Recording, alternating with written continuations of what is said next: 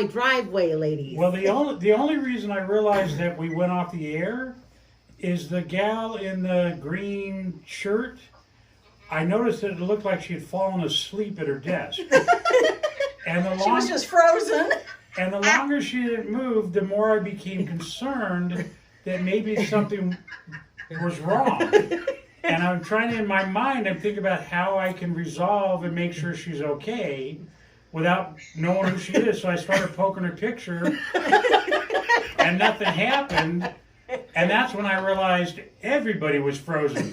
The rest of you happen to be frozen in an upright position was all. So I'm glad everybody's okay. Well, we were having a nice conversation. Oh, good. Oh, good. So they didn't miss us at all. As long as you guys are happy, that's all that matters to us. And don't worry, because the other camera person got it all on tape, including the oh shit. But I feel so much better that everybody is okay. So where was I when you got lost? No, we got lost. Or we got lost. You were just finishing the swirl, showing us the swirl. Okay, good. So you can see how nice the swirl nests. It really does nest very nicely. And like I said, these couple little imperfections, they don't bother me. They may bother some people, but they don't bother me. And that's just going to be per your taste. If that bothers you, you're going to maybe want a couple more grip dots on your template, something like that. But it really does, it works up nice and it works up quickly. So that is that. This would be the part where G wanted to know if some of your stitches were missing. Oh, yes. G was concerned that I was missing stitches during that. But they're there. I just can't see them from my point of view. So what else did I talk about, G, Dave? After that, You started talking about the presser foot. Oh, yes. How many of you... What did they say? They didn't hear the presser feet thing. Good. So, I mean, not good, but now she knows where to go. I do. So, if you have a machine that has the auto lift, the sensor foot or auto pivot. Viking owners, you'll understand what we're talking about. Yeah, but so many of them do it now. Yeah, but you can turn it off on... You can turn them off on all of them. You want to turn it off on your machine. If you are unsure...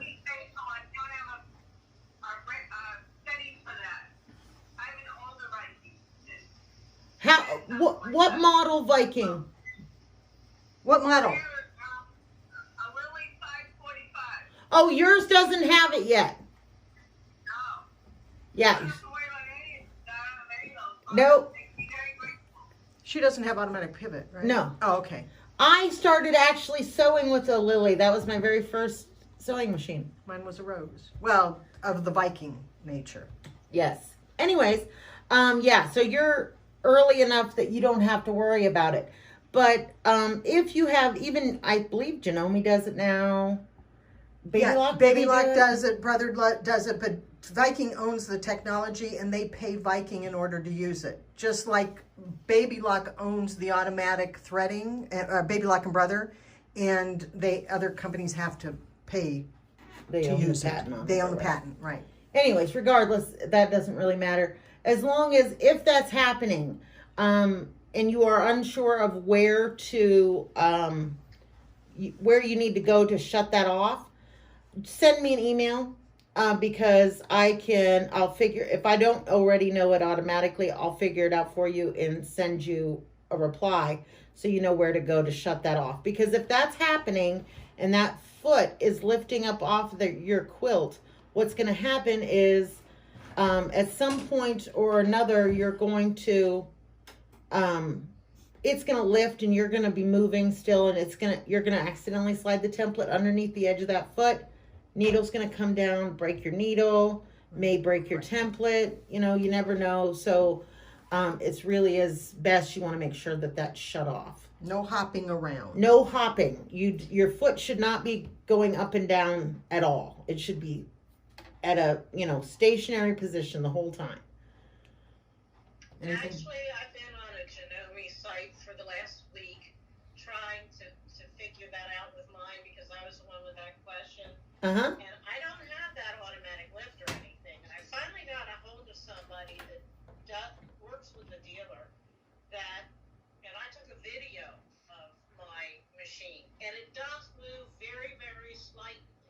And then I even tried setting it with, of course, feed dogs are down. I tried setting the stitch length to 0, even though it shouldn't matter if the feed dogs are right. down, but I did that. And it still does it a little bit. If I set your roller foot just right and tighten it really tight, it will stay in there. But I cannot get that nut to move at all. And I was told by that woman that's the best it's going to be. Now, did you do the upgrade, It's upgraded to an 11,000 SE. It's not upgraded to the next. Does the next one take care of that? I don't know, because this I learned from a Janome educator this was a year-ish ago. I'm actually in Florida, and I sent them home with my foot and templates and whatnot. And she was going to do some testing and wrote me back.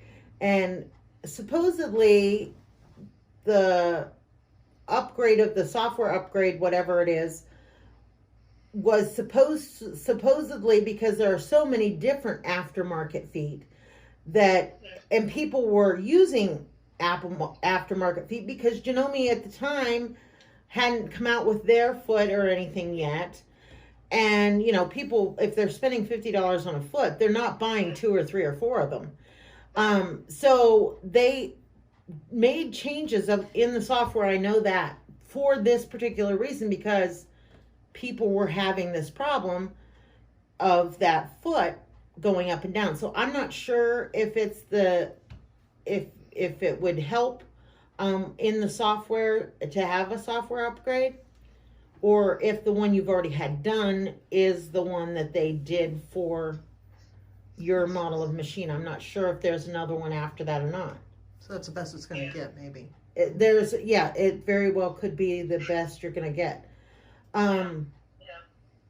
Well, I can deal with it. It would be better if it didn't, but I can deal with it. Yeah, I'm trying to think of. Of course, when I first put it on, uploaded the video, everybody in this probably kept saying, that doesn't look like a Janome foot. That doesn't look like a Janome foot. And I kept saying, I know, I never said it was a Janome foot, but it's attached to this bar. And the Janome foot is attached to the bar. And I don't care what foot you put on it. If it's attached to the bar and the bar's going up and down, the foot's going to go up and down. Sure. Absolutely. So then I finally got through to somebody who understood what I was talking about. And then she said, do you have it in free motion mode? And I said, well, we might be onto something now, but where do I find free motion mode? Because I don't have it. She says, oh, I said, I have the 11,000 upgraded to the 11,000 SE. And she said, oh, I thought you had the M7. No, you don't have free motion mode. So then it shouldn't hop. And when you drop the feed dogs, it shouldn't hop if you don't have free motion. Well, that's bizarre, huh? Huh. That's crazy. And every video, like the video you sent me some videos and I watched them. If you watch real carefully, it hops a little bit. Not a lot, but a smidge. Maybe. Huh. Yeah. So. That's crazy. Yeah. I wonder but that doesn't really do very good, because I was thinking, wonder if you took even a couple pieces of clear,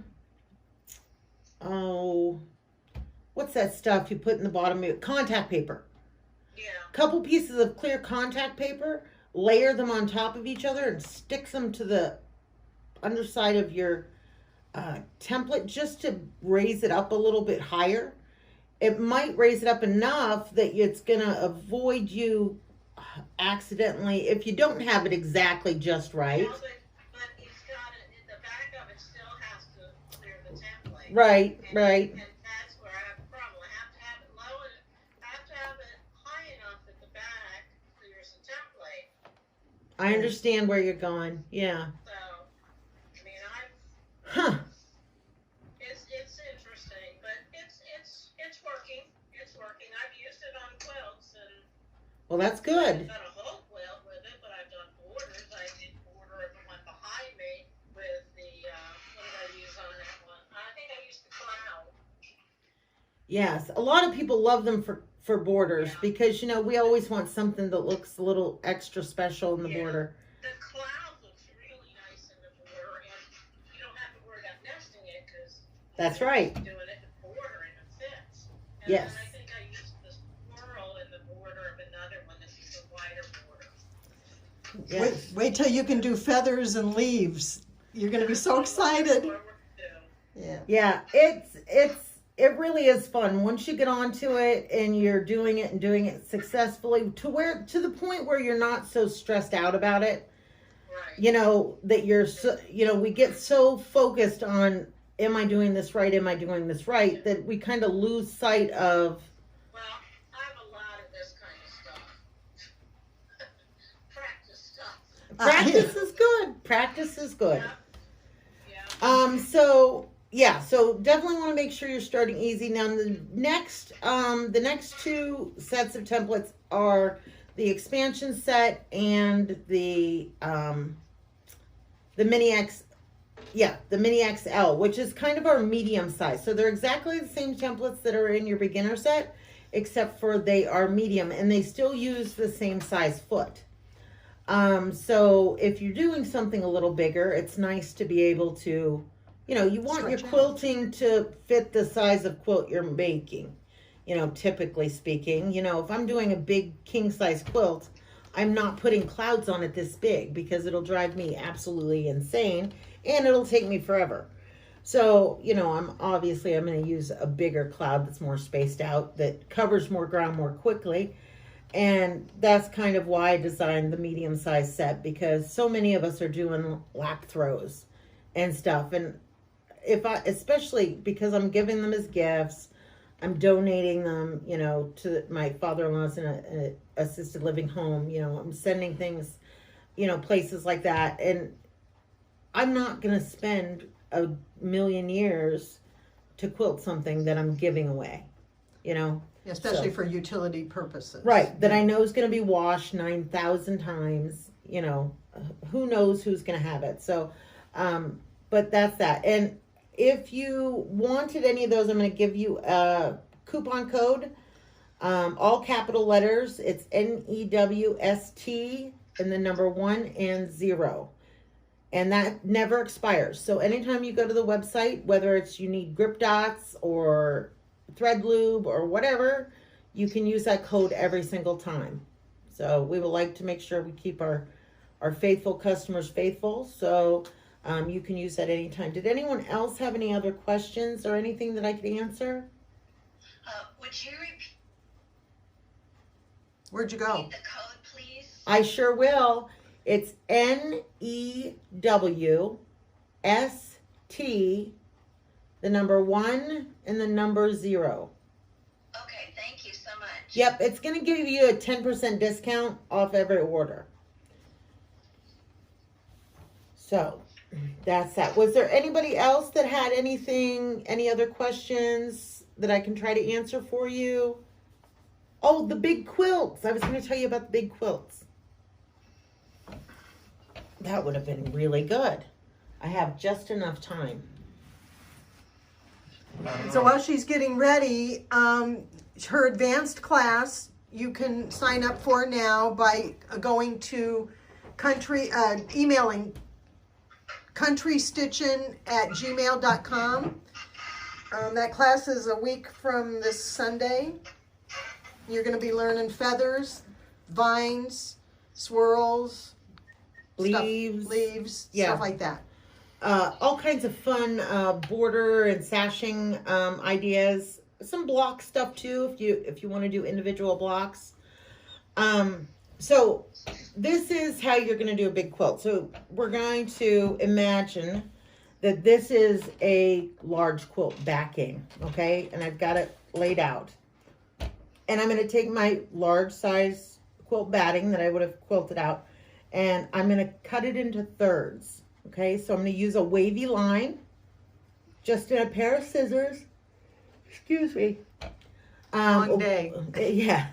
A wavy line and a pair of scissors. So pretend I've cut this with a wavy line. Hang on, we're pretending again? We are pretending because I didn't remember to cut this ahead of time. So we're just going to pretend. These ladies can pretend. Trust me. Anyway, so pretend this is wavy on the edges, all right? So I'm going to take this and I'm going to lay it in the center of my backing, and I'm going to spray base this down, all right? So now these two side pieces that are also cut with a wavy edge, I'm going to set off to the side someplace, and I'm going to spray base the top of the batting, and I'm going to take my quilt top and I'm going to lay it over this. So now I have just the backing and the top of the quilt on either end, and the center is the only place that is the 3 layers, okay? The sandwich. It's the only part that's sandwiched. So we're still just like, I don't know about you, but I was told always you start in the middle of the quilt and work your way out, you know, so you don't get wrinkles and this, that, and the other thing. So we're going to still start in the middle, but we're not going to start in the middle along one edge. So I'll start on the left-hand side or the right-hand side. Now, the other thing that changes in this scenario for myself is generally I move my chair. So I would move my chair so I was sitting at this end. All right, so I would be looking at the end of my sewing machine. And when I'm looking at the end of my sewing machine, now it doesn't matter how big or small my quilt sandwich is. Everything that's up in here has no batting, okay? And it's rolled up in this space. But because I'm looking at this end of my sewing machine, I'm actually quilting back and forth this direction. So it's like a long So arm it's head. like a long arm. Okay. Yep. So now I can go however long I want to and never ever have to worry that I'm going to run out of space or I'm going to bump into this, because when I'm quilting back and forth this way, well, it doesn't take very far before I'm bumping this with my template, or I've run out of space because I've got all this quilt crammed up in this area. When I quilt this way, I have unlimited amount of space to move. I've got lots of travel room. So you're going to quilt this center section first. Then you'll come out, you're going to open this back up. You're going to take your other piece of batting that has the wavy edge to match this one, and they're going to go together like a puzzle. Again, you're going to spray base both, to both sides. And then now you're going to turn your quilt. Well, since I'm doing this end, this is going to lay still on my lap, and I'm still going to go this way, but I only, with batting, ever have 1/3 of the quilt with batting at any one time in my throat space. Wow, this is great. I've So- never heard this before. Yeah, so it's really, Everybody knows this. Well, they do now. All the important people know, but it really, really works well. There is a video on YouTube for it. It says something like how to quilt your big quilt. who did it? Me. Oh, So but there is a video just put on in there. big quilt. It'll come up. It probably will come up, yeah. But it's the easiest way I've been able to find so far to do it, because struggling moving, because G and I said, the very first quilt we did was a king size, of course, because why would you start with something little? It's just not logical, of course. Well, after 8 or 10 days of day in, day out trying to quilt this monstrosity of a quilt, it's ginormous, that your shoulders were killing you, your back was hurting. all of these things, this really, really takes a lot of that out. Stress out. Yeah, really, really eliminates a lot of that stuff. 2 minutes. 2 minutes. That was my 2-minute warning. Anyways, so if there's any other questions I can answer in the next couple of minutes, just yell at me. I think I'm also one talking, but I did have a question. I noticed you had a really cute deer template. Is that fairly large or? We make it in 3 sizes. So if you have the mini foot, you would be able to use the mini or the mini XL, and it is a pretty good size template. I would say that the mini is actually probably a little bit larger than the swirl. Okay. So it's a pretty good sized pattern. My throat plate is only like 6.5 inches. It's very small, so it might not work. But I really like it. It's really cute. Send me an email about it, and I'll measure to let you know how much throat space you really, because each template is different. But like this one, But if she's doing it this way, it's going to work. oh, great point, G. G said if you're quilting this direction instead of this direction, you're going to be able to use it regardless. You know what I'm saying? Yes. Okay, I'm following. Yeah, so You're if gonna be you're using it the sitting narrow at way. this end of your machine, I would be okay. Got it. yeah, So so for your machine, that technique would be really, really helpful. Yeah. yes. Yes. Good idea. See, I keep her around for a reason. Some days she's just worth her weight in gold some days. And someday she's worthless. So any other questions? Jesus. I have a question. Sure. It's I saw your other thing on Facebook where you're going to be demonstrating different products every day for a different time. Can you tell me where I get to that? So if you are on Facebook, you can either, well, where are we going to broadcast that from? The Steph and G page or? Yeah. Okay, so yeah, so G and I do the Steph and G show every Saturday. Right. So you're going to be able to go to the Steph and G show Page. page, and you'll be able to watch we'll do it live at 2 p.m. And then after that, of course, the video will remain up there. But every 4 items every week, we're going to do a 15-minute little demo on. So depending on whatever it is. And did we say we're going to put those onto the YouTube channel Yes. as Yes. well? Uh-huh. So, and then they're going to go to YouTube. So if later down the road you need, go When ahead. do they start? Have they not started yet? Nope, they're going to start Monday. Oh, okay. Yep. And Looking forward to that. It's a good idea. whoever knows how to actually get on Facebook Live and see our videos, Let us know. if you could take a little time and send us an email and explain it to us, it would help. Yeah, because we're just really winging it, and we're not real good at this technology business. So And I think it shows. I think you're doing great. And I mean, you were thrown into this situation, and what else could you do? And well, that's pretty much how we Well, feel. We appreciate everybody who watches and shares because this is how we're making our living. And listen, and we have to laugh because if not, we might cry. Or kill ourselves. yeah. And I'm glad you did, because it brings some humor to them.